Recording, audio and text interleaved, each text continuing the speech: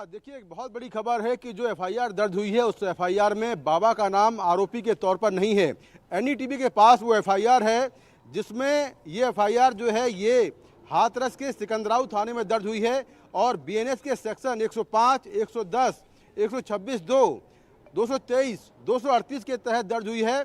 और इसमें आरोपी के तौर पर जो सेवादार हैं, मुख्य सेवादार हैं देव प्रकाश मधुकर और अज्ञात ऑर्गेनाइजर्स, इनके खिलाफ एक केस दर्ज हुआ है। और इस एफआईआर में कहा गया है कि जो बाबा के ऑर्गेनाइजर्स हैं उनकी तरफ से कहा गया था कि सत्संग में केवल 80,000 लोग आएंगे, लेकिन लाखों की संख्या में लोग वहां पर आ गए, जिससे पूरा माहौल खराब हो गया और सारी व्यवस्थाएं फेल हो गई। क्योंकि जो पुलिस ने इंतजाम किए थे वो 80,000 लोगों के हिसाब से किए थे। तो एफआईआर की कॉपी एक्सक्लूसिव एनडीटीवी के पास है, जिसमें ये कहा गया है कि बाबा इस केस में आरोपी नहीं है। जी, बाबा इस केस में आरोपी नहीं है। इसके मायने क्या हैं? जब जांच होगी तो क्या जांच में उनसे पूछताछ होगी? क्या उनसे सवाल जवाब होंगे? बड़ा सवाल हो जाता है यहां पर ये।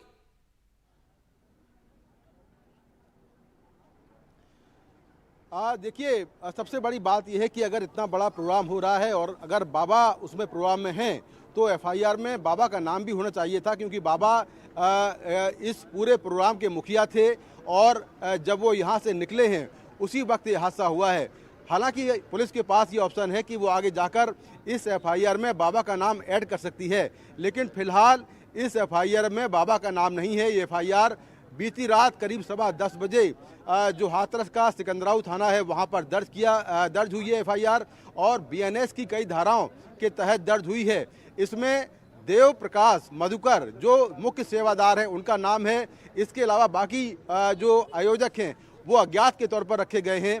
तो इस एफआईआर में जो जानकारी है वो यही है कि 80,000 लोगों के आने के लिए कहा गया था, लेकिन लाखों की संख्या में लोग पहुंच गए, जिसके चलते ये पूरी घटना हुई है।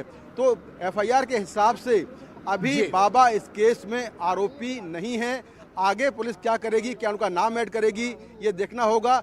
यहाँ पर बहुत सारे स्थानीय लोग भी हैं, उनसे हम बात करते हैं। जो मुकेश, एक सवाल आप बात कीजिएगा, लेकिन पहले एक सवाल मेरा आपसे है। मुकेश, आप बात कीजिएगा, लेकिन पहले एक सवाल मेरा आपसे है। ये जो आयोजन हुआ, इस आयोजन के लिए लोगों को जो बुलाया गया, इसके जो प्रोग्राम के पोस्टर्स लगे, उन सब में बाबा का चेहरा है, उन सब में बाबा का नाम है। यानी कि बाबा के नाम पर यहां पर लोगों को बुलाया गया, यहां पर लोग एकत्रित किए गए। फिर यह सवाल बड़ा हो जाता है कि एफआईआर में नाम क्यों नहीं है? देखिए, यही बड़ी बात है कि अगर इतना बड़ा प्रोग्राम हुआ, इतने लोग मारे गए, तो बाबा का नाम एफआईआर में क्यों नहीं है? केवल एक शख्स का नाम है जो मुख्य सेवादार है। मैं आपको कुछ तस्वीरें यहाँ पर दिखा रहा हूँ। देखिए, ये यहाँ पर ये जो बोरियां हैं, जो फॉरेंसिक एक्सपर्ट यहाँ पर आए हैं, इन बोरियों में लोगों के जूते चप्पल लेकर जा रहे हैं। क्योंकि रात में बारिश बहुत हुई है तो यहाँ पर फिसलन बहुत ज़्यादा है। ये तमाम जो फॉरेंसिक एक्सपर्ट हैं, ये अलग अलग बोरियों में जिन लोगों की यहाँ पर मौत हुई है या जो लोग यहाँ पर भागे थे, यहाँ पर हज़ारों की संख्या में जूते चप्पल उनके यहीं पर रह गए थे। इन बोरियों में फॉरेंसिक एक्सपर्ट लोगों के जूते और चप्पल लेकर जा रहे थे। अभी भी आप देखें, सामने ही चप्पल पड़ी हुई है, क्योंकि लोग बदहवास हालत में यहाँ पर नीचे गिरे। और उसके बाद ये जो खाली खेत है, इस खाली खेत में आगे की तरफ भागे। आगे देखिए कि वहां पर भी फॉरेंसिक एक्सपर्ट खड़े हुए हैं जो कि लगातार जांच कर रहे हैं।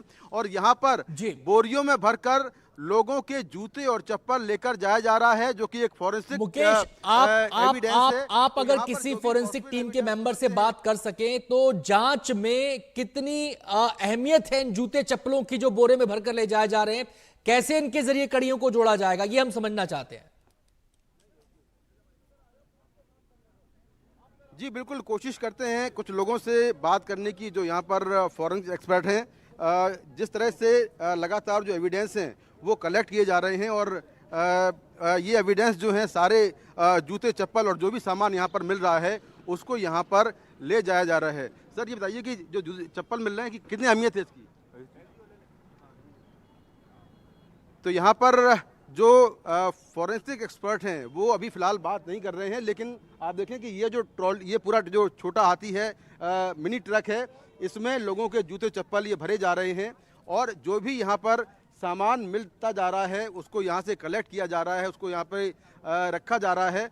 और इस तरह से लगातार जो टीम है, डॉग स्क्वाड है, वो लगातार यहाँ पर तमाम जो सबूत है वो इकट्ठा कर रही है।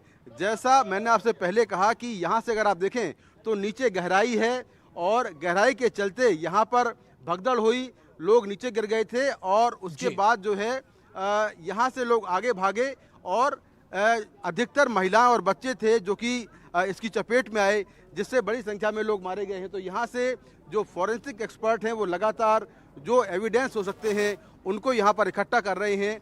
और ये जो खेत है सामने फसल भी लगी हुई है, तो खेत के अंदर भी बहुत सारी चप्पल, जूते, महिलाओं का सामान, बच्चों का सामान, ये सारा खेत के अंदर पड़ा हुआ है जो यहाँ से इकट्ठा किया जा रहा है। जी।